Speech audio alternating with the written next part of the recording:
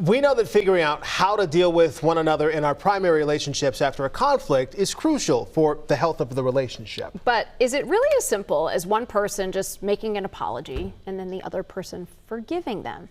Well, in fact, it might be this very simple act of a real apology, and then forgiving one another is an integral part of repairing relationships. So here to talk all about this, relationship guru, Dr. Kirsten Lind Seal. Hey there, how are you? I'm good, thank you. I don't know if you heard our previous conversation. We were talking about what families fight about. And Kirsten, when we talk with you, I always think it's so interesting because we all know that we all fight. But what really matters is how we repair. Yes, that's exactly right. And it's so interesting because there's really a vast body of literature that suggests that that the repair piece is actually the most important. So the idea is not whether you fight or don't fight. The idea is after there's been a conflict, after there's been a disagreement, how you repair is the ultimate sort of arbiter of how the relationship is going to do. It can really strengthen it. Let's start with this. Maybe it feels like a basic question. What would be an appropriate apology? How do you apologize the correct way? Yes. So there are basically three simple steps.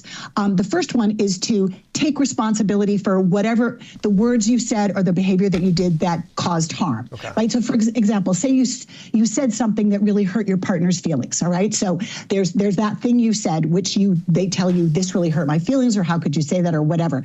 Then, so taking responsibility, then you say, I'm sorry for saying that thing that hurt your feelings. I am sorry for this thing, which is different than saying, I'm sorry you felt that way, right? Mm-hmm. So that's like, and we could talk a little bit more about that too. But then after you say, I am sorry for hurting your feelings, you don't follow it up with, but. That's the word there, But that dress, or do you know what I mean? Your mom, or whatever, that choice you made, like, you don't follow it up with rationales and justifications about the reasons that you did what you did. Now, that's not to say that at some point it might not be good to have a conversation about whatever it was that you did or said that caused the harm that then caused the conflict, right? Like, so it's not that you bury the content. It's just that in that moment, a true apology is taking responsibility for what you did, apologizing for what you did, and then not justifying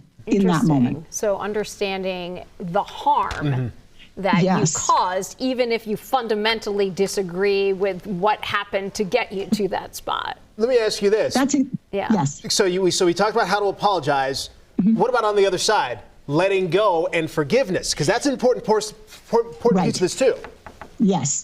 So sometimes, and this is why I'm a big advocate for actually really explicit language around this, like for somebody to say, you know what, I forgive you. I get it. I understand. Or I'm not quite ready to forgive you yet. What's interesting is that there's, from a couple of years back, there was some really interesting research that looked at the difference between dating couples and married couples, and the couples that were more committed, i.e. in a marriage, and some kind of, not that you couldn't be committed without being in a marriage, but really committed couples were much more explicit about the language of apology and forgiveness than dating couples were, which isn't surprising. But what that shows is the level of commitment can often have something to do with how clear you are about this actual repair and apology. The other thing that I find is that people who really struggle, sometimes I'll see couples and I'll say, well, how often do you apologize? And they might look at me blankly like, we never apologize. Well, and that is problematic because in order to apologize, there's that sort of old trope, you have to be the bigger person.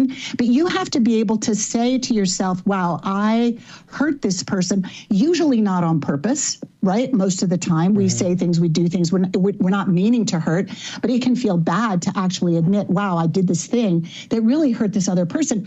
But it is within that transparency and that we can repair the relationship. When we see that it actually made us feel bad, that we caused harm to somebody that we loved, then we take responsibility. We say, I'm sorry. We don't justify or rationalize.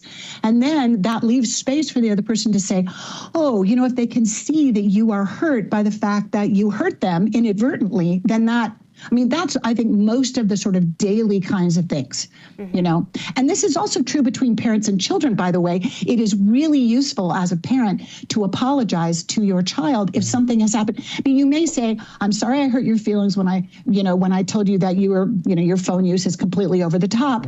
And I took your phone away because we believe X, Y, Z, right? Like, Yeah. Does that make sense? It does make absolutely. sense. Great conversation, too. Dr. Yeah. Seal, as always, we appreciate you. It's lovely to be here.